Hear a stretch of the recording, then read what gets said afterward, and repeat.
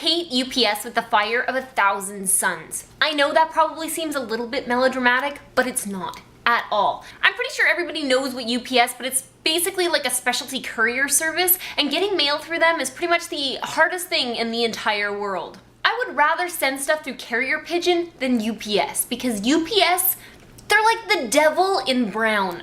And this isn't hyperbole. This is 100% the way I feel. I'm actually toning it down a little bit for you.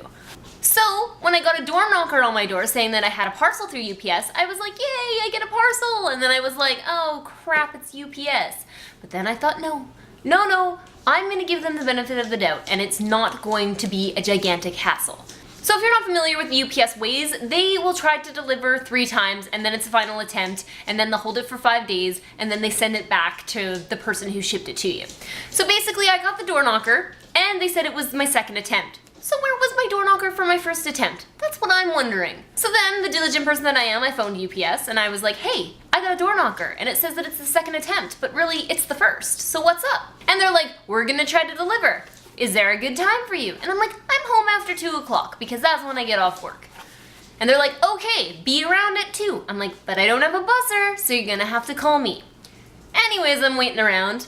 2 o'clock rolls by, 3 o'clock, 4 o'clock, 5 o'clock, 6 o'clock. 6:30 I get a phone call. And it's the UPS lady, and she says, your driver's gonna be there at 7:45. Be out in your foyer at 7:45 to pick up the parcel. So, because I'm a responsible person, I beetle out into the foyer at 7:30 because I don't want them showing up early or, missing me and then me not get my parcel. And there's a door knocker already on the door. I call UPS and I say, the woman said for me to be out there at 7:45. I was out there at 7:30 and there was already a door knocker for my final attempt. What do I do? And then I thought, okay, I'm just gonna get you to redirect this to a store closest to me. Then she takes my phone number and she tells me they're gonna call me when it comes in. But there's a $5 service charge. Well, that's just awesome. Somebody sent me something in the mail and you're gonna charge me to redirect it to your closest store. Shouldn't that just be like a part of what you guys do? It isn't. So I went back the next day and I got my parcel, and it was from a friend, Branley. This vlog is actually about Branley, not about UPS, because this whole time that this thing was going on, all of these attempts and these door knockers and these phone calls and this missing of the times and stuff, I was updating Branley on the process. But I was super grateful for what he got me. It's like a pirate treasure map. Actually, I'm just gonna show you. And there it is. That's what he got me. And it's super awesome and cool. Getting stuff in the mail, it makes my heart lighter. It makes me happy. Mail is amazing because somebody's thinking about you.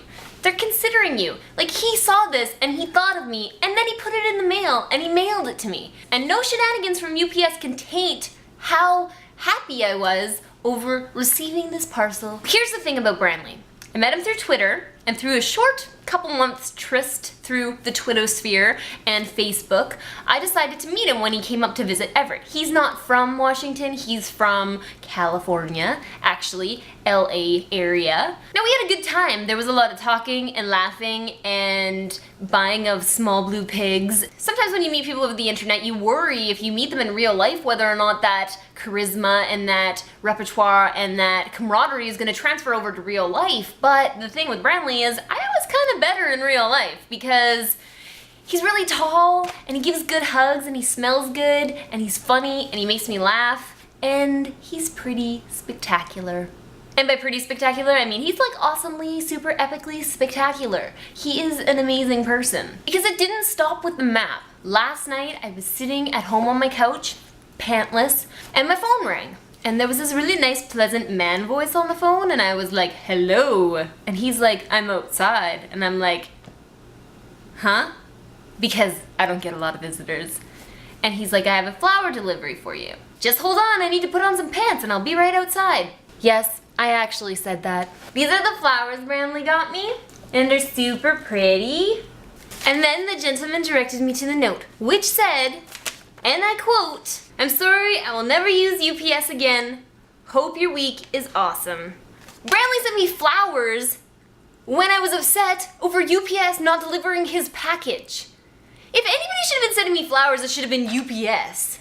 Of course, the flowers made me feel uber guilty for complaining about UPS. So now I have to really get Brantley something super cool to pay him back for these guilt flowers. They're not guilt flowers, I'm just joking. Actually, I'm trying to convince him to run away with me, so hopefully keep your fingers crossed that I can kidnap him and steal him and never have to give him back again. So Brantley, thanks for the flowers and the map of the piratey stuff. They're both super cool. So the point of this vlog really is don't ship UPS. Or maybe it's befriend Brantley? No, don't ship UPS. Regardless, that's it for this week, and I hope to see you all again next week for another edition of That Girl Tyson. General quarters, all hands man your battle stations, all hands man your battle stations. Sunflowers and roses, they smell really good to my noses. Look at how bright and pretty, and I don't got nothing else witty. Do you smell good? What do you think?